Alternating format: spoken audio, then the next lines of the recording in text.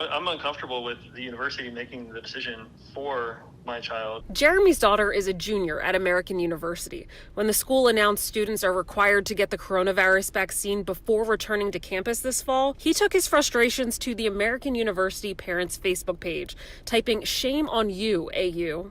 This vaccine, I don't think we know enough about it to force people to get it or to require it to attend university. The coronavirus vaccine will be added to a list of 8 other mandatory immunizations, including measles, mumps, chickenpox, and polio, that students under 26 must receive according to DC law. But the decision to add COVID to that list came from the school, not the government. If the university wasn't mandating this, would you suggest to your daughter that she get the vaccine? I would point her towards the information. I would hope that she would look at both sides, but she shouldn't be told by anybody, including me. I mean, now that she's 21 years old. Travis Nix is a first-year law student at Georgetown. His school is also requiring students to get vaccinated for COVID before returning this fall. Yeah, I'm all for requiring vaccines. I wish the faculty would also have a vaccine requirement. According to the immunization policies at both Georgetown and American, faculty aren't required to get any vaccinations. Nix argues that if vaccines are mandatory, masks shouldn't be. If you still have all the restrictions when people get the vaccine,